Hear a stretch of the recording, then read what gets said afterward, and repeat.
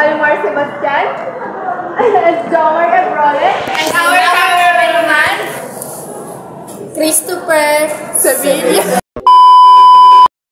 Agenda, we are going to interview a teacher about a certain topic in ESP called Bagong Pilipinas. And then after that, I'm going to show you what my friends are doing about that topic. Anong naiisip mo pag naririnig mo yung bagong pag-asa? Yung tema na bagong pag-asa, ay bagong Pilipinas, bagong pag-asa. Ang naisip ko pag narinig ko is yung parang yung pagbabago dito sa ating bansa. Yung pagbabago na kailangan natin para mas mag-improve pa, saka mas gumanda yung buhay ng mga walang pag-asa. Para sa akin mga walang pag-asa yung mga mahihirap natin na kababayan.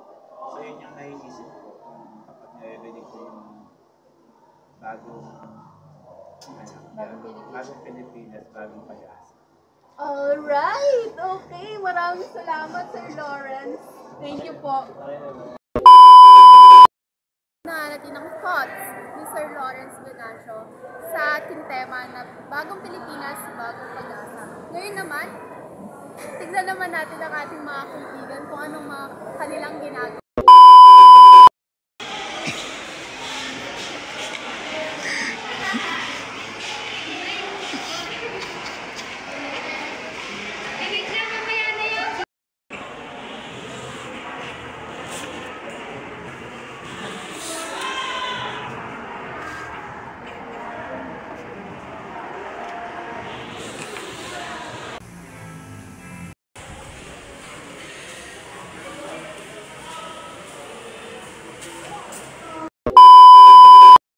Guys, thank you for watching our vlog. And before I end the vlog, I want to say that whatever problem you are facing, pray to God, because God is there through your ups and downs, and don't forget to thank God for the blessings and everything.